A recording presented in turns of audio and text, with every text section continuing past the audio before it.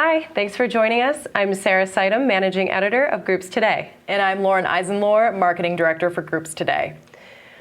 So when a crisis arises, it maybe could feel like you're being pulled in a million different directions, and then while that's happening, you're trying to prioritize which fire to put out first. Well, just take a breath, because we're here with some tips and strategies to offer some really critical advice when you're rebounding from the unexpected. So first of all, communication is key, especially with your audience or your clients.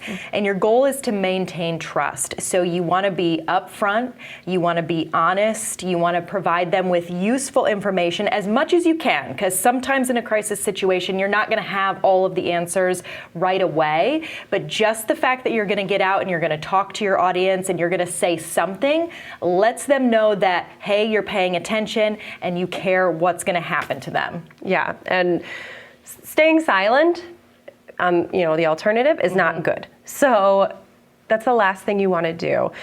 What causes customers to feel uneasy if they're being told absolutely nothing.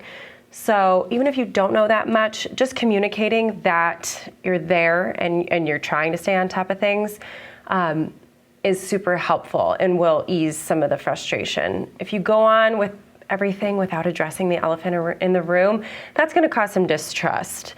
Communicate what you know, but you don't have to overpromise at the same time.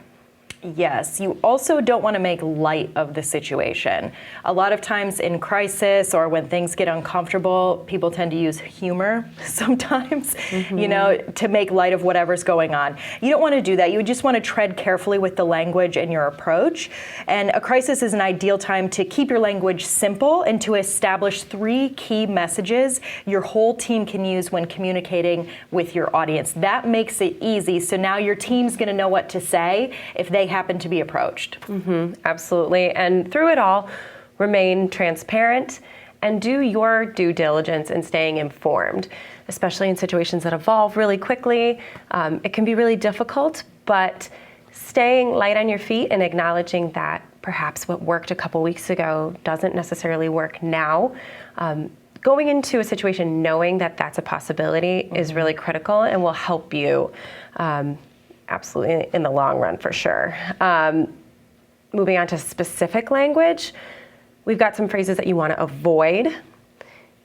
The word just. You hate that word. Eliminate it from your vocabulary in these situations and otherwise. Yes, yeah. It minimizes efforts and confidence. Eliminate it altogether. If you need to use a good replacement that I always use is simply. That's all a really good replacement for that word.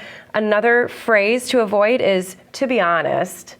Your clients already assumed you were being honest. So if you use that, are you not being honest with me any other time?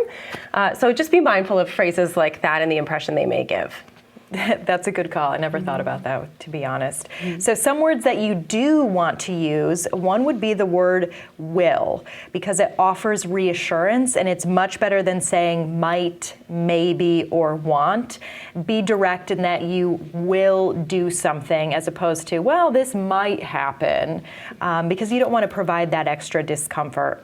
The other word to use, and to use always really, is thank you, because you want to remind your clients that you appreciate them, that they are valued, and that they matter, that you couldn't do what you do without them. So make sure that they know that you appreciate them and just say thank you. It's that simple. It goes a long way. Yeah, never hurts to do. And if you're looking for more tips like this, be sure to subscribe to Groups Today and our eDaily online at groupstoday.com.